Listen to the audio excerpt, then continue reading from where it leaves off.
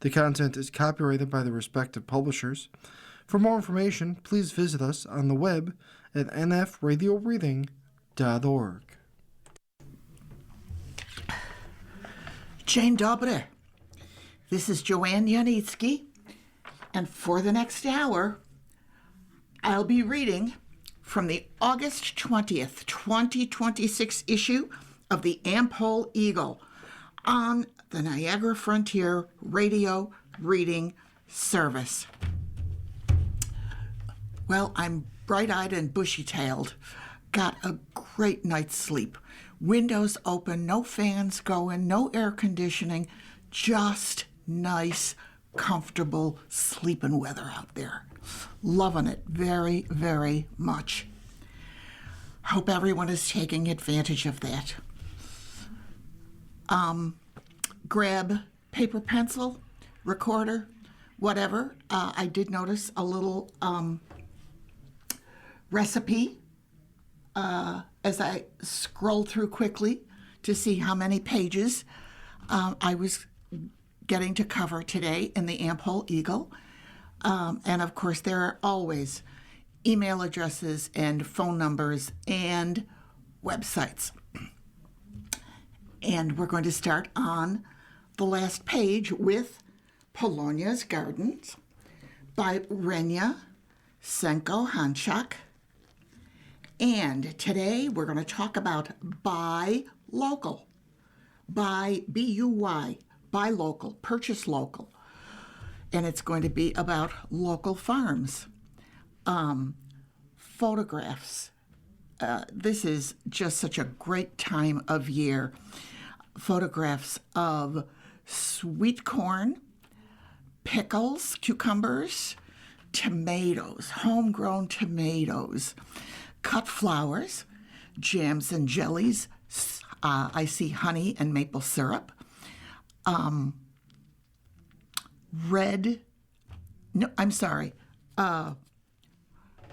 Eggplant, aubergine, beautiful, beautiful purple color, and even a crate of chickens. Now, let's find out where the chickens were. Farmers markets are bustling with activity now. Local farmers are busy selling their fresh produce, often grown within 100 miles of the market. Customers eagerly move from booth to booth, comparing and selecting from the array of goods. Saturday mornings, I try to visit the Clinton Bailey Farmers Market. In operation since 1930, it is managed by the Niagara Frontier Growers Cooperative. There, I find seasonal fruit, vegetables, flowering plants, jams, jellies, honey, maple syrup, herbs, cut flowers, and even live chickens for sale. Food is picked ripe, not stored in warehouses or shipped long distances. It's not often that you get to meet the person who grew your food. I've gotten advice for my small garden and even recipe ideas. The challenges faced by small-scale farmers are daunting. Their role often includes accountant, marketer, and distributor. They plan, plant, maintain, harvest, and transport goods, often working from dawn to dusk. Farming is costly when you factor in seed, equipment, fertilizer, maintenance, animal feed, labor, and irrigation. There is the unpredictability of weather and pests. This season has been especially difficult for some local farmers. Rain has been spotty, with some areas of western New York experiencing a dry summer, while others have received record rainfall. Tim of Williams Farms Lockport shared with me that his fields are underwater. Quote, "I've replanted 4 times. In my 80 years, this is the worst season I've experienced." End quote.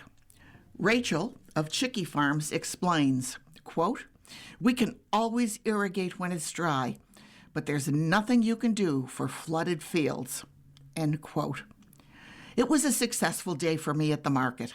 I loaded the trunk of my car with bags, including pickling cukes, yellow beans. The donut peaches have a short season, but they are ready now and very sweet. Plums, and of course corn. A quick check on the internet will provide a listing of markets in the area and their hours of operation. The Clinton Bailey Farmers Market is considered a food hub. Paul Desiderio is a distributor for area growers. Although not a farmer, he leases an area from the cooperative. During the summer season, farmers need to return to their farms, but the Clinton Market is open all week. The distributors are restricted to selling homegrown seasonal products. A trip to the farmers market is an experience for the whole family. Grandkids Vivian and Alex will be visiting soon. The market with the chickens and ducks is on their request list. They think people buy them for pets. We'll let them think that for a little while longer. Clinton Bailey Farmers Market, 1443 Clinton Street in Buffalo. Corner of Clinton and Bailey. Can't miss it. A great, great spot. Great farmers market. I have also been going to the Clinton Bailey Farmers Market over many, many years. And there are ads for many different farms. Becken Farms from Sanborn, New York. Bittner Singer Orchards from Appleton, New York. Zastrow Farm. Weinheimer Farms, North Tonawanda, New York. And Robinson Farms, Lockport, New York. I've never been, but I've heard that and I'm not sure if it's the Tonawanda or the North Tonawanda Farmers Market, is a very special place. And I do believe they've got an award, Farmers Market Award. And East Aurora has a great farmers market. And some of these farmers markets are so popular, you have to get there quite early if you want something special before they run out, literally. Especially if you're a pickler, a canner, a freezer, a dehydrator, whatever. This is your time. So, let's move around here. I'm going to go right back to the beginning and get started in the usual front page. And lovely, lovely photographs by Peter Sloan.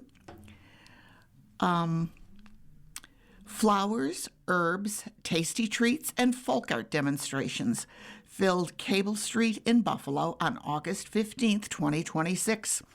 The annual Our Lady's Street Fair and Harvest Blessing Mass was held at St. Casimir Church.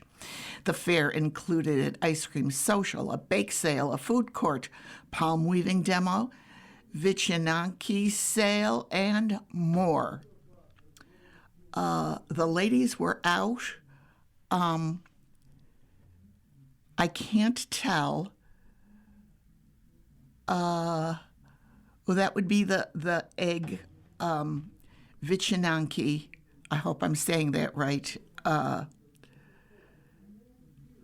Lady who's doing the designs and has a display of her work. And then you've got ladies looking at potted plants and what looks like maybe some house plants, cut flowers, quite an assortment. And then next, picture of the bake sale. People looking at wonderful, wonderful baked goods. I can make out some muffins, cupcakes, sweet rolls of some sort, cinnamon rolls of some sort maybe. And there are boxes that probably contain cakes, maybe a pie. And lastly, a gentleman who is weaving palms. And he's got some tools there, little mini clippers, or a kind of like a needle nose plier, and what looks like a stick of stick of glue, some thin gauge wire, and a pair of scissors. Apparently doesn't take too much.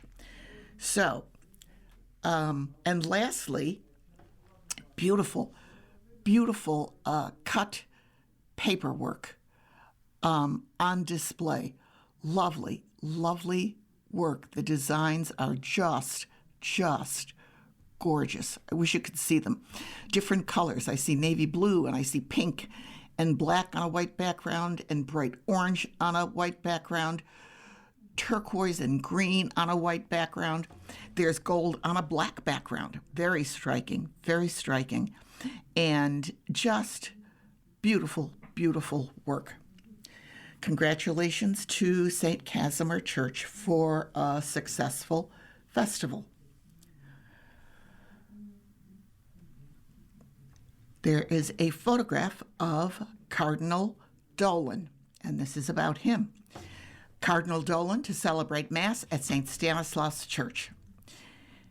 His Eminence Timothy Cardinal Dolan, Archbishop Emeritus of New York, will visit Buffalo on Friday, October 23rd, 2026, to celebrate a special 10:30 a.m. Mass at St. Stanislaus Bishop and Martyr Church, the historic Mother Church of Polonia in Western New York.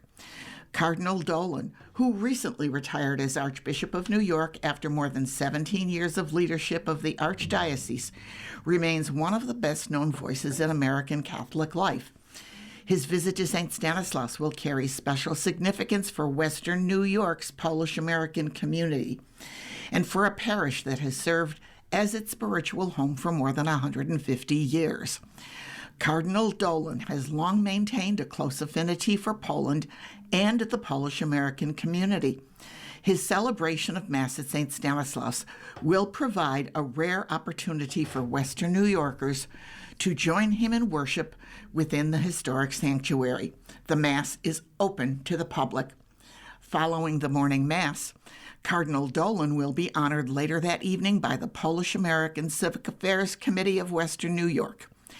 Cardinal Dolan will receive the Mark Rivard Humanitarian Award during the organization's awards dinner at the Reichert House, 5000 Main Street in Amherst, beginning at 6:30 p.m. The award recognizes Cardinal Dolan's lifetime of leadership, service, and commitment to faith and community.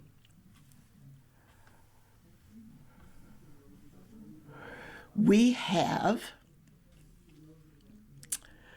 a feature by Steve Długosz and the Polish Genealogy Society of New York State, PGS-NYS, has a role in this feature.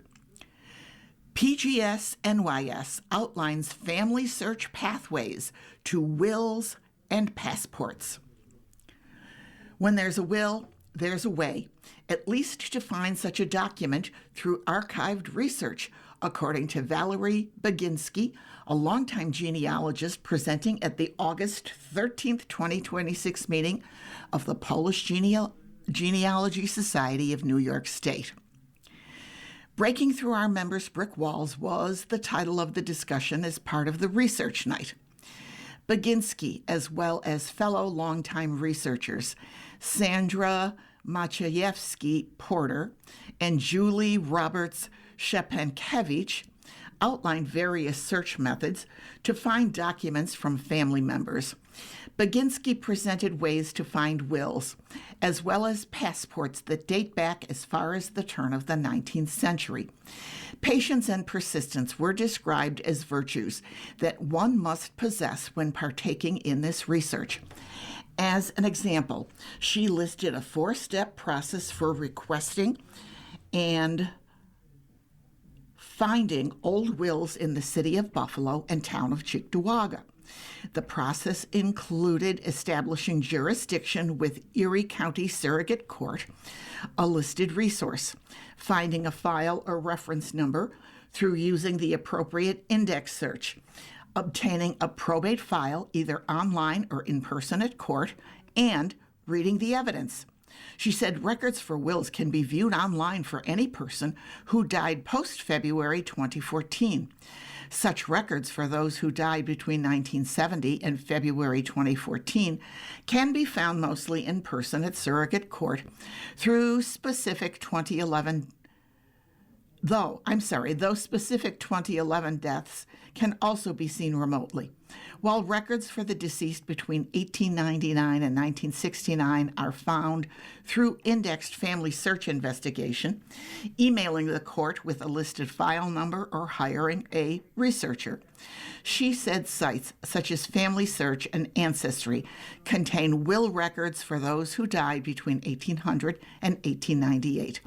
New York State probate research was described by Baginski as being conducted through Buffalo Research Guides, websites, or the New York State Probate Pathfinder.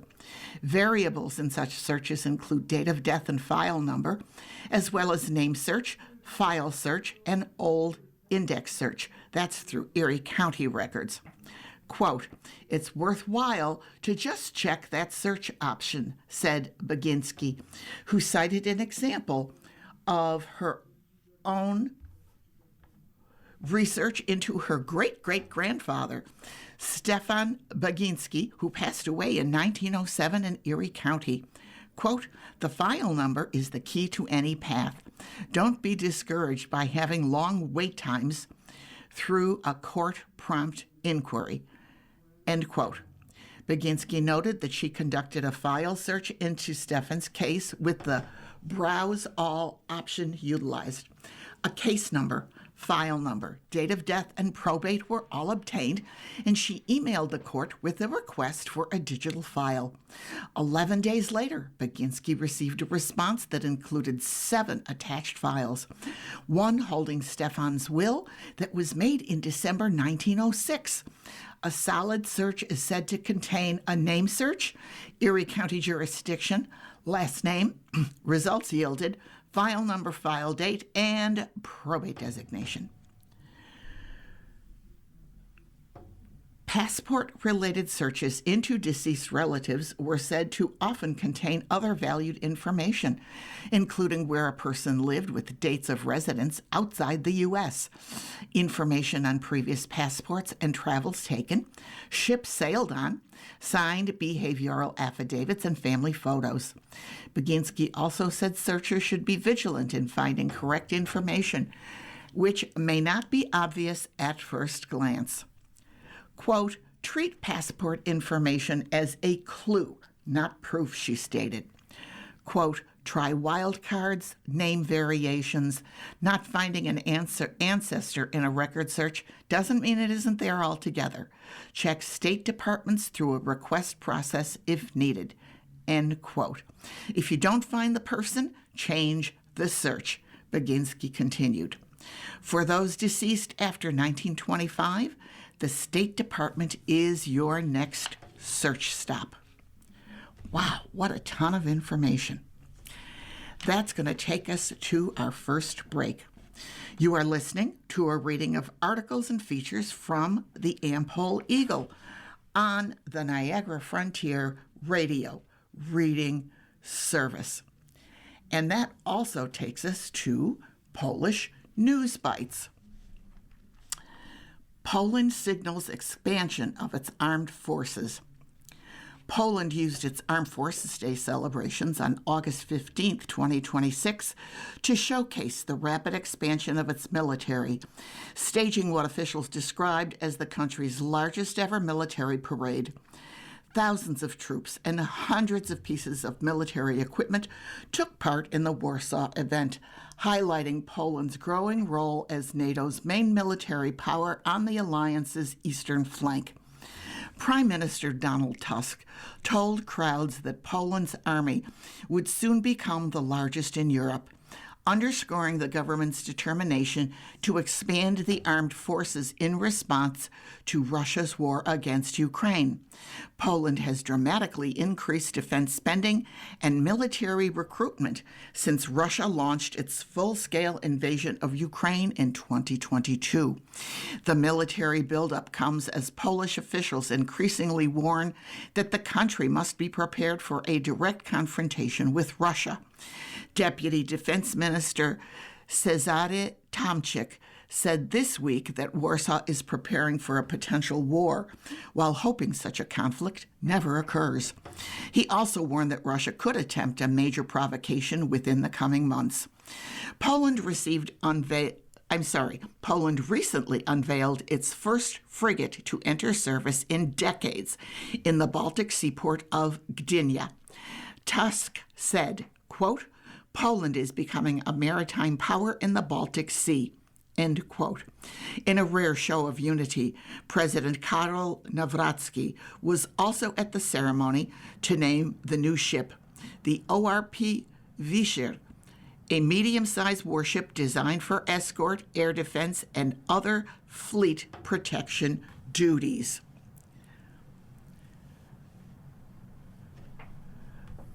Let's go to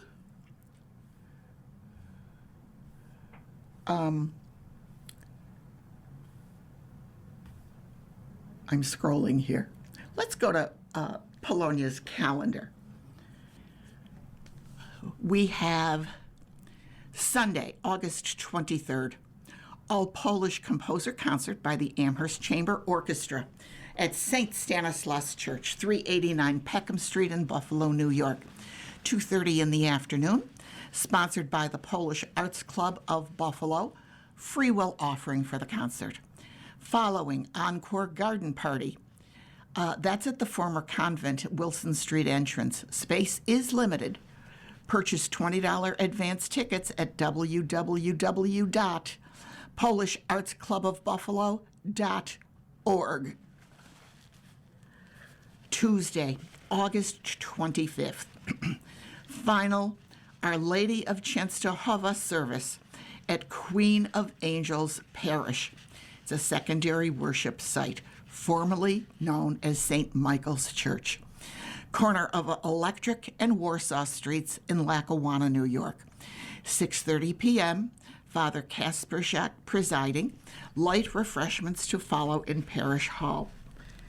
Friday, September 4th, Encounters with Polish Literature and Cultural Diplomacy with Dr. David A. Goldfarb.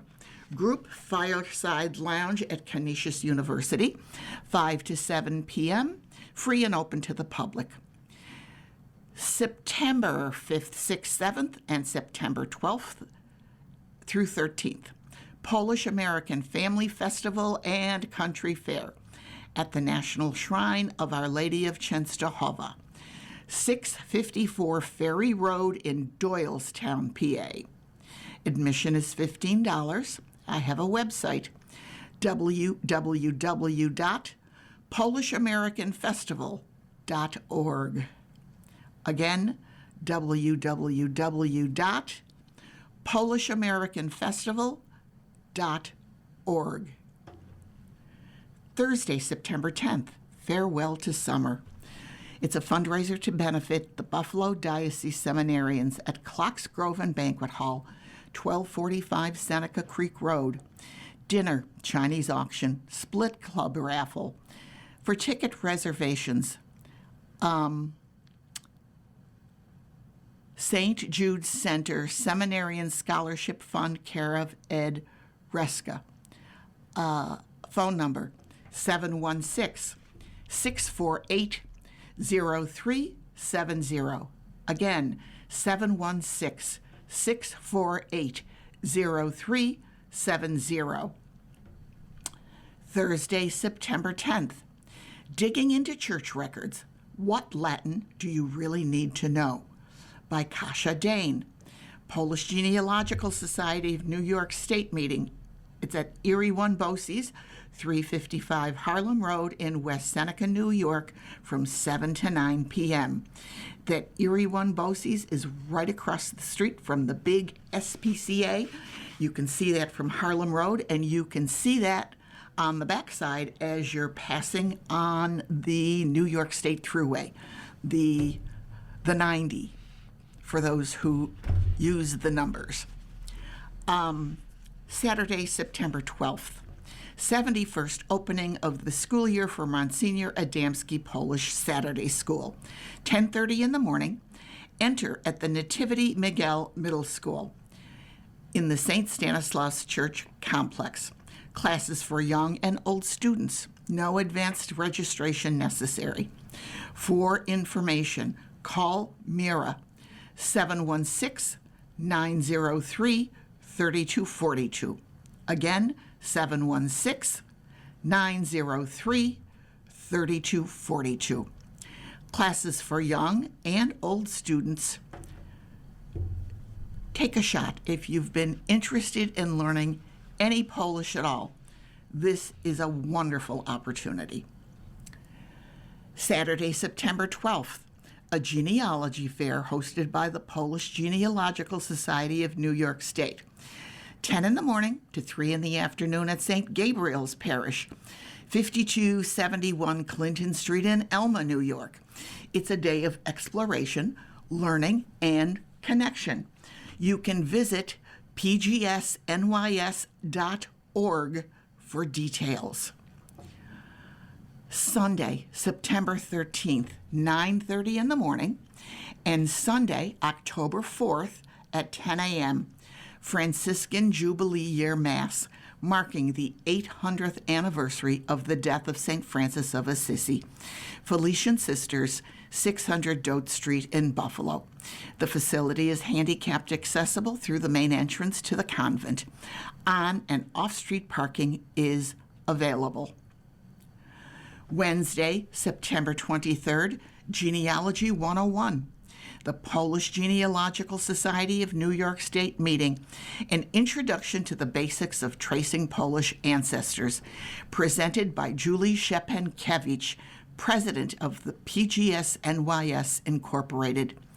5:30 p.m., this time is at the Julia Boyer Reinstein Library, 1030 Lawson Road in Cheektowaga, New York, free and open to the public. Let's see. I'm going to stop there because the list goes on, but we'll have more time to follow up. And we've got to jump to our friend Tom Tatapaczki. He's got a mailbag this time. How is Robert Lewandowski doing in Chicago? There's a photograph of Robert Lewandowski, and the caption reads, he scored 20 minutes into his first match in Chicago. The photograph source is Major League Soccer. Question. You recently reported that Robert Lewandowski signed a deal to play in Major League Soccer in the United States. So how's he doing in Chicago? And that's from Just Curious in Buffalo. Tom answers, so far so good. In his first home game for Chicago, Fire FC, he scored 2 goals, leading the Fire to a 2-1 comeback win over Charlotte at Soldier Field. 2 goals is a brace, and it says the term brace comes from old hunting and French terminology meaning a pair or 2.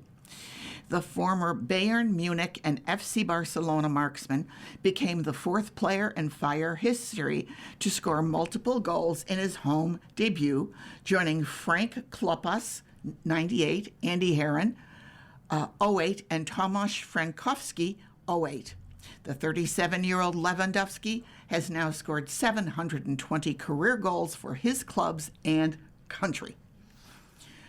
Next question. I enjoyed your series about traveling to Poland, but I have one question about the Crooked House in Sopot.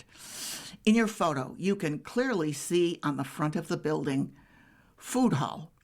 If that's in Poland, shouldn't the writing be in Polish, not English? That's from Janek. And Tom answers, that's an interesting question. As I pointed out, Poles are quite fluent in English, and it's not unusual to see signs posted in that language.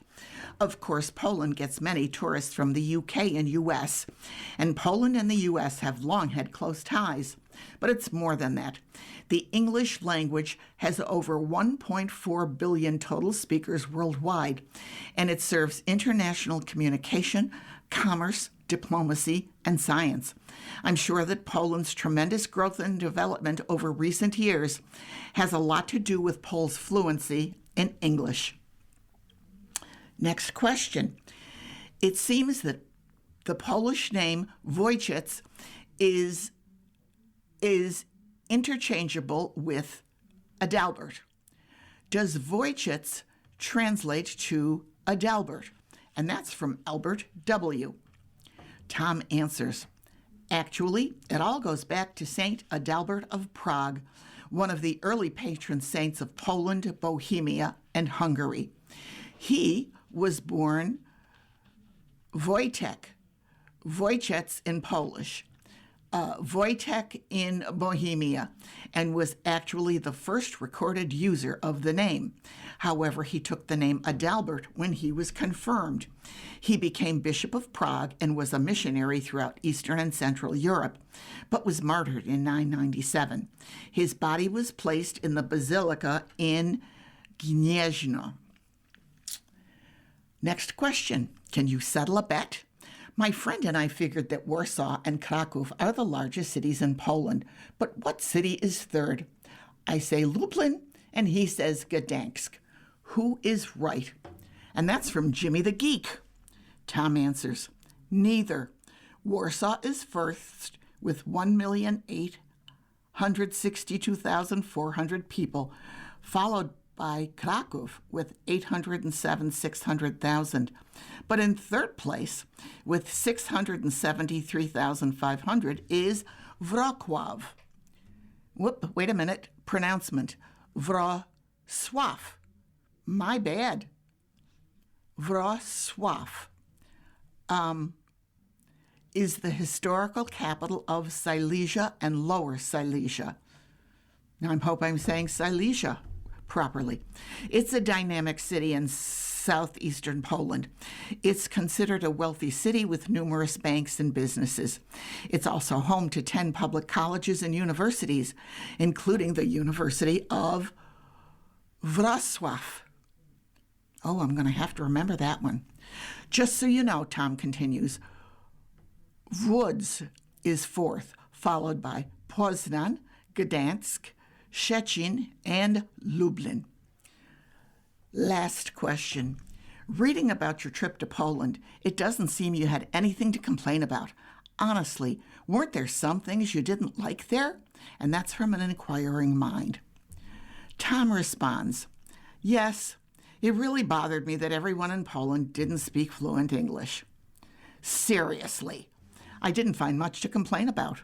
Of course, I only spent just over a month there over the past year, so my experience there was somewhat limited.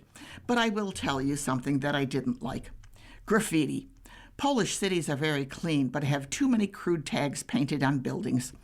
I was told that it started in the 1980s as an anti-communist protest method, and now is a form of, quote, personal expression, or showing loyalty to a soccer club. Whatever the reason, authorities should crack down on it. Okay, so something Tom didn't like in Poland and his personal opinion. Nice job, Tom. Time for our next break.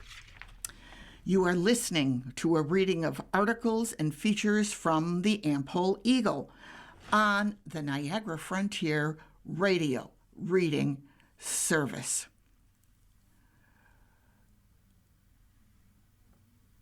Okay, I'm going to start with photographs.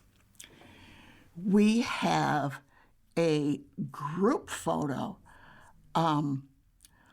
a bunch of lovely ladies lined up. There are some gentlemen standing in the pews behind the ladies and the priest. Photos courtesy of Christine Palczewski. Matka Boska Zielna. August 15th is the Feast of the Assumption. It is often called the celebration of Matka Boska Zielna, Our Lady of the Herbs. On this day, bouquets of flowers and medicinal herbs are brought to church to be blessed. These blessed bouquets are taken home and serve as a protection against illness, storms, or misfortune.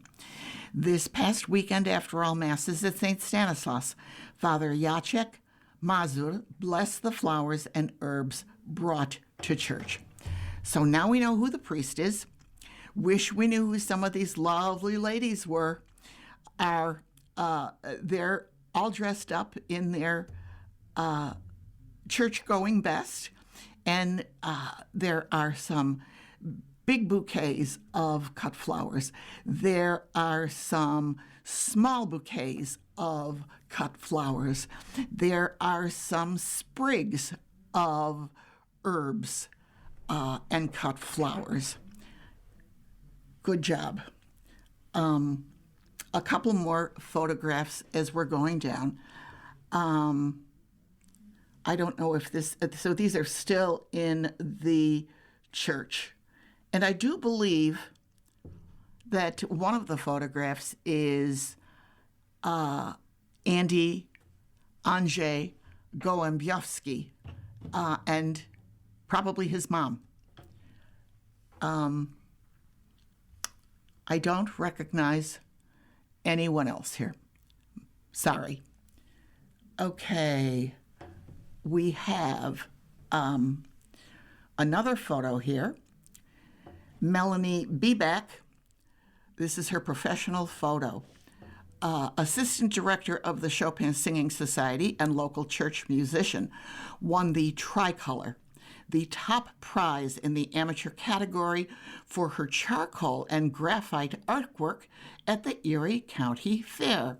Now I have to stand corrected because I thought this was her photograph. But this is a magnificent charcoal drawing. It's a portrait. And I don't know if it's a self-portrait or if she drew someone else. It is amazing. I thought it was a photograph. And I think they still call it the Fine Arts Building at the Erie County Fair. It was always one of my favorite places to go. That's where they have the flower exhibits and the table design exhibits and quilting and sewing and art, photographs, just wonderful, wonderful projects. There's a photograph below it, and I don't know if it's Melanie. She's standing below her, if it is Melanie, she's standing below her prize-winning portrait. And if it is Melanie, that's not her in the portrait. So whoever the lovely lady is, we won't know. So let's see, I'm going to scroll down one more time and see if there's anything else here I need to comment on. And there's not, but that brings us to Polkas on Tap. We have Saturday, August 29th, the Infant of Prague Summerfest. 921 Cleveland Drive, Cheektowaga, New York, 2 to 5 p.m., the New Direction Polka Band. I just drove by Infant of Prague last night. So easy to get to. You get off at the Cleveland Drive exit, and it's on your right-hand side as soon as you get off that exit. Can't miss it. So Saturday, August 29th, Infant of Prague Summerfest, 2 to 5 p.m., New Direction Polka Band. Also, Saturday, August 29th, Buffalo German Fest, Cheektowaga Town Park, 1 to 4 p.m. Polka Boys will play, and I'm sure there will be an oompa band or two playing at the Buffalo German Fest along with Polka Boys. Wednesday, September 16th, Polka Boosters Meeting, Bill's Tailgate Party. Sign up is required. Polish Falcons, 445 Columbia Avenue, Depew, New York. Doors open at 7 p.m. Meeting 7:30 to 10. 7 is the polka band. Saturday, September 26th, polka party at Assumption Church Hall on Amherst Street in Buffalo, featuring special delivery. Tickets are $10 in advance.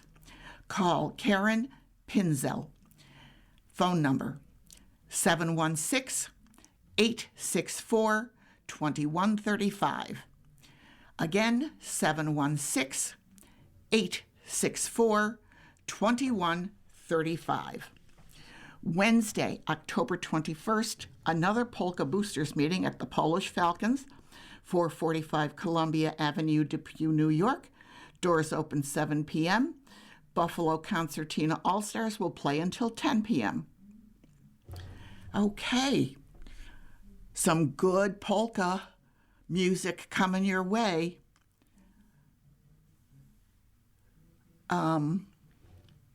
We have some more group photos, and the first one, very colorful, and it's a very wide.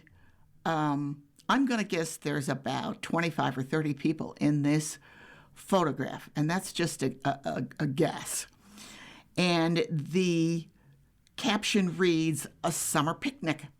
Chopin Singing Society members gathered for the annual Mass and picnic at Stiegelmeyer Park on August 11th, 2026. Father Benjamin Fiore was the celebrant. There is a photograph of Father Fiore saying Mass under the shelter at Stiegelmeyer Park.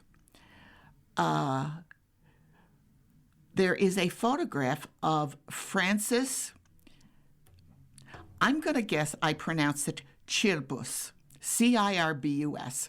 Francis is sitting in the car, and she's got a little bouquet of flowers. And she was the honoree celebrating at 95 years young.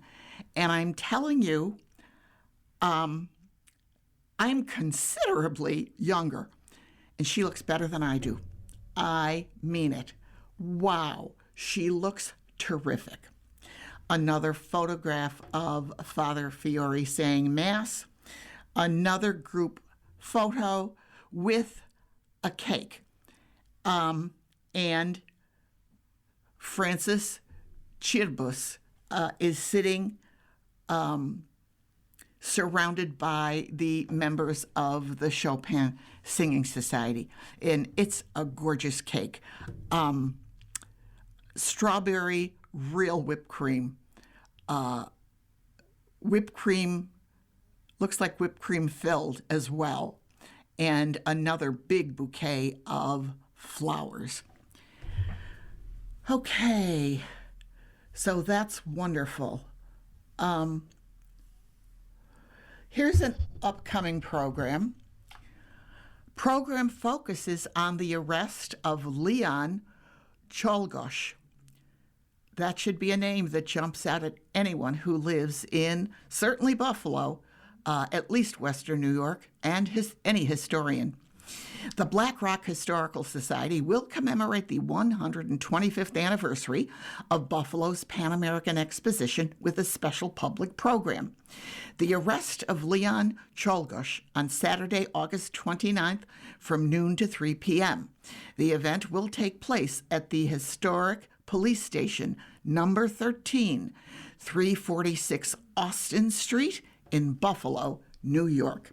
The free event will revisit one of the most consequential and tragic episodes associated with the 1901 Pan American Exposition, the assassination of President William McKinley, and the immediate arrest and detention of his assassin, Leon Czolgosz. On September 6, 1901, President McKinley was visiting the exposition when he attended a public reception at the Temple of Music. Czolgosz, an anarchist, approached the president in the receiving line with a concealed handgun and fired 2 shots. Bystanders immediately subdued him and took him into custody. McKinley was rushed to the Exposition Hospital, but died 8 days later on September 14th. The August 29th program will focus on an important but less widely known part of the story, what happened to Czolgosz immediately after his arrest. The historic police station number 13 provides a rare opportunity to interpret the events from the perspective of the local community and law enforcement, rather than simply recounting the assassination itself. The program will explore the arrest, interrogation, and early detention of Czolgosz and the extraordinary circumstances that placed Buffalo at the center of national and international attention. Patrick F. Ryan of the Richardson Olmsted campus will present a historical perspective on the Pan American Exposition and the events surrounding the assassination. Jonathan White of the Allentown Association will present, quote, his confession in his own words, end quote, interpreting Czolgosz's account of the events and providing visitors with an opportunity to hear the story through the words attributed to the assassin himself. Building owners Andy McClellan and Julie Zack of Environmental Education Associates will provide tours of the historic police station, offering visitors a first-hand look at the site connected to this remarkable chapter in Buffalo history. The afternoon will also feature live music by Setanta and a special invocation by Father Paul D. Seil, chaplain of the Buffalo Fire Department. Well, that sounds like another interesting presentation coming up. To get to know more about Buffalo's history and existing buildings in our community. And people probably drive by that police station all the time and never know the connection to the assassination. Fascinating. Okay, we have just, let's see, my bad, that we're not going to read that because that has already taken place. Here's an update. A pre-sacrifice in Auschwitz featured on Poland radio program. The newest episode of the Polish-American radio program features the story of St. Maximilian Kolbe, who offered his life for the life of a fellow prisoner in Auschwitz death camp during World War II. Dr. Eileen Lyon shares the research she's done into the life of the saint and other Catholic priests who were murdered by the German Nazis. The episode can be heard anytime at website polishprogram.com and includes Polish music and the newest Polish language lesson for beginners with Pan Marek. Program host is Andy Gołębiowski. In addition to hosting the radio program, Gołębiowski also organizes trips to Poland. For information about his tours, please email, and the email address is andy@polishprogram.com. Again, andy@polishprogram.com. I have a phone number, 716-510-7562. Again, 716-510-7562. I know people who have taken that trip with Andy and had a marvelous, marvelous time. Let's take our last break. You are listening to a reading of articles and features from the Am-Pol Eagle on the Niagara Frontier Radio Reading Service. So,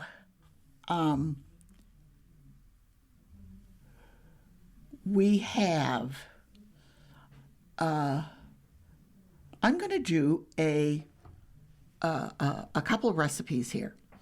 And this is from Polish Heritage Cookery.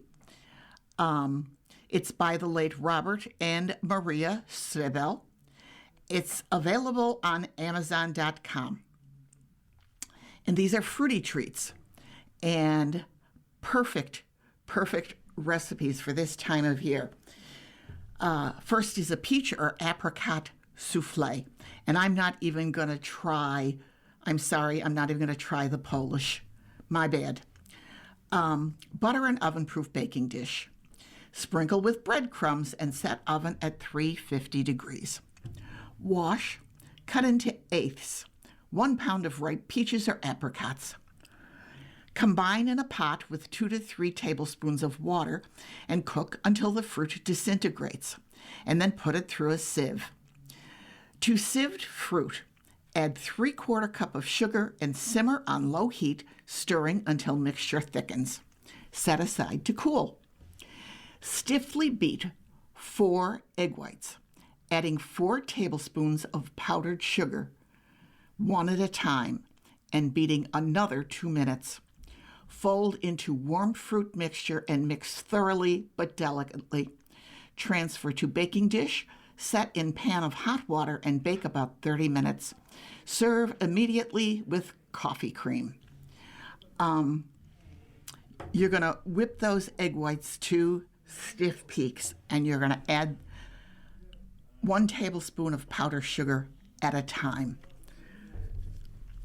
You don't want to overbeat them because then your souffle will collapse. So, next we've got pears in chocolate. My neighbor, a good neighbor, my neighbor Ed next door, lives in a house with a pear tree. And the pear tree I know of has been there since 1956 when we moved into that house.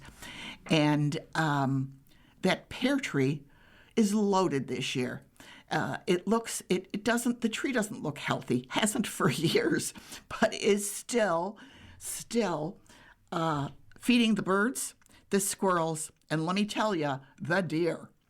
So let's read about pears in chocolate. Drain well 10 cooked or canned pear halves. Arrange on a serving dish and drench with chocolate sauce. Chill 1 hour before serving. Top each portion with a dollop of whipped cream if desired. Of course you desire that whipped cream. That's the recipe. How easy is that? I must tell you, it reminds me of a special dessert called Pears Helene that was served at the Mansard Inn where I worked many, many, many years ago. A great, great restaurant back in the day. I miss it. Pears and chocolate. And if your pears are fresh off your neighbor's tree next door, just in case you have a neighbor with a pear tree, you can peel those pears and core them and cut them in half and simmer them in maybe some simple syrup. That's just water and sugar. You can add a little cinnamon stick or something and cook those pears until they're soft. You don't have to can them. You don't have to bake them. You don't have to fuss over them. And then use those pears after they're cooled. Put that chocolate sauce on and get the whipped cream ready. All right, I think we can work in the last story, which is or the last article, which is a science article. And I always enjoy learning something new from science in Poland. Good genes can make people eat worse, Polish study finds. Telling people they have a genetic risk of obesity does not necessarily help them lose weight or change their eating habits. And being told they have a low risk may actually encourage unhealthy behavior, a Polish-Greek study has found.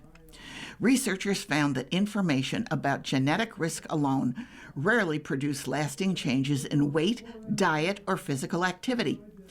People at high genetic risk were more likely to become motivated to change their behavior, but meaningful weight loss was seen mainly when genetic information was combined with intensive professional support. The findings come from an analysis of 23 randomized controlled trials involving almost 8,000 people conducted by researchers from SWPS universities, CARE-BEH Center for Applied Research on Health Behavior and Health at, this is Greek, I'm not going to pronounce it well, I'm sorry, Harakopio University in Greece. The study was published in Obesity Reviews. Obesity is a global health problem. In 2022, about 1 in 8 people worldwide were living with obesity, while excess body weight was associated with an estimated 5 million deaths in 2019. Although genetic factors influence the risk of obesity, researchers say they interact with environmental, psychological, and physiological factors. Lifestyle also plays an important role, with diet and physical activity affecting both the risk of obesity and related conditions such as type 2 diabetes and cardiovascular disease. As genetic testing becomes increasingly accessible through personalized medicine, the researchers wanted to determine whether giving people information about their genetic risk could actually change their behavior and how that information should be communicated. They analyzed more than 2,000 publications, ultimately identifying 23 randomized controlled trials covering 18 interventions and nearly 8,000 participants. The results showed that simply informing people about their genetic susceptibility to obesity was generally not enough to produce lasting changes. Quote, "Many of us hope that knowing our DNA profile will provide a clear path to health and maintaining a dream figure. Unfortunately, things are not that simple. The conclusions from the study show that information about genetic risk alone does not work.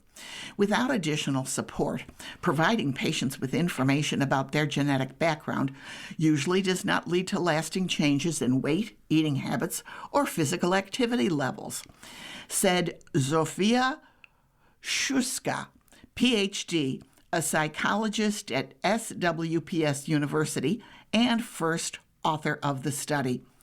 The researchers said the finding is consistent with theories suggesting that interventions focused primarily on communicating health risks tend to produce either short-lived behavioral changes or no change at all. In some cases, the information could even have the opposite effect. The study was conducted as part of the Better For You Project Consortium, funded by the European Union's Horizon Europe program. And again, website www.scienceinpoland.pl. That's going to wrap it up for today. You've been listening to a reading of articles and features from the August 20th, 2026 issue of the Am-Pol Eagle. We read from the Am-Pol Eagle every Saturday at 3 p.m. Your reader has been Joanne Yanitsky. Thank you for listening. Coming up next in the Niagara Frontier Radio Reading Service, we have the Island Dispatch. Following that, at 5 o'clock is the Lockport Union Southern Journal. And at 6 o'clock, we have the Jamestown Post-Journal. Stay with us for these readings and more. If you're listening to this publication online, you're probably using our website, a podcast player like Spotify or iTunes, a streaming service like Siro, or a smart speaker. Did you know that we now have a dedicated app that can be downloaded to any mobile device, like a smartphone or tablet, for free? App users can conveniently access our live stream and any episode of our podcast easier than ever. To download the app, just type NFRRS in the search window in the Apple App Store or in the Google Play Store. Contact us anytime if you have any questions by calling 716-821-5555, extension 5. Thank you.